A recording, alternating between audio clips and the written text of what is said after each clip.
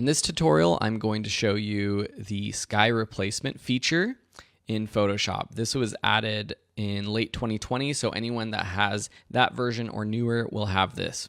I'm going to include this sky replacement JPEG image for you to use if you want. All you have to do with this layer selected is go up to Edit, Sky Replacement, and it's going to go ahead and pick one of a number of skies that it has to replace your sky with. There's lots of options to make this look good or better or as good as it can get. But first, let's go through top to bottom.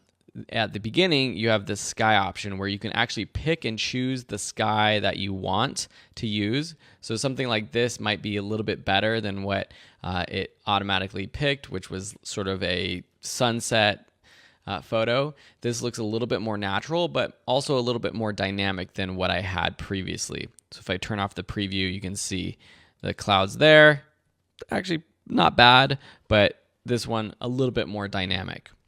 The next is Shift Edge. So it automatically finds the edge of your horizon, and shifting this down will actually sort of fade it in a little bit more so your horizon appears more or less. So going all the way up creates a more harsh line. And then this fade edge is sort of like a feathering effect. So if you decrease that, it becomes more of a harsh line. So you can play around with that, see what works good for your photo. Next, you can adjust the sky and the foreground. The sky adjustments are things like brightness. So this photo, you're just trying to match what your actual photo is. And so this photo I took is very bright. So I would say the sky replacement should be a little bit brighter. You can adjust the temperature. So that one might be a little bit warmer than I want. Maybe you like the warmth of it actually. Actually, that looks pretty good. It also sort of applies to your foreground as well. So if you're adding warmth, it has this overlay that is automatically adding warmth too. But you still have to balance it out and try to match what the temperature actually is. And then scale, you could scale it up. And while I do that, I can also move it around. So see how I can just click and move it around. Okay. You can flip it. And then the foreground adjustments, it's already set to multiply, which sort of layers on this adjustment.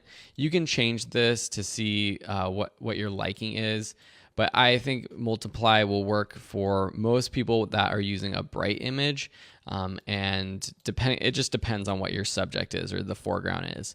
The lighting adjustment, similar, you can make it brighter, darker.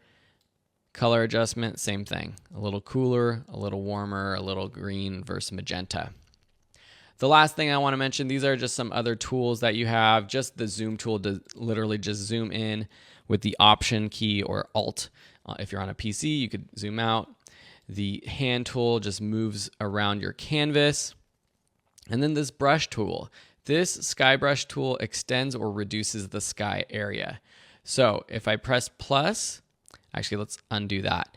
You see up here in mode, it's on overlay. If I go to normal, you'll really see what's happening. If I just press the plus button, it's painting on the sky background image, just completely painting it on. If I hold the Option key to subtract, it's erasing it.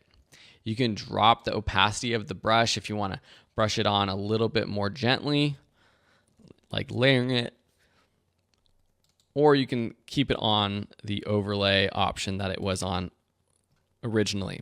Now you'll want to use this if there's things in your foreground that the sky or that Photoshop didn't detect, and say it covered up my subject here with the sky, you can go in and brush that on or off. The last thing I want to show you is you can upload your own photos.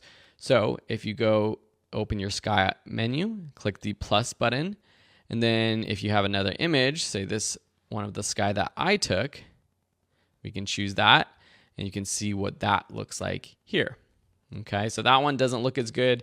The sky, the overcast sky, I think clashes with the shadow of this photo. So for me, I'm trying to match the sky replacement, make it look natural.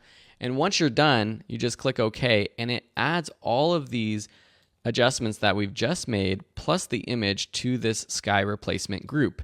You can turn it on or off to see what it looks like. You can go in and see every single individual adjustment. And it's all grouped in there, easy to access. Pretty cool, huh? Sky replacement in Photoshop. I would say this is definitely something to use for more artistic work and something to consider to make your photos look more dynamic. Thanks so much for watching, and I hope you enjoyed this tutorial.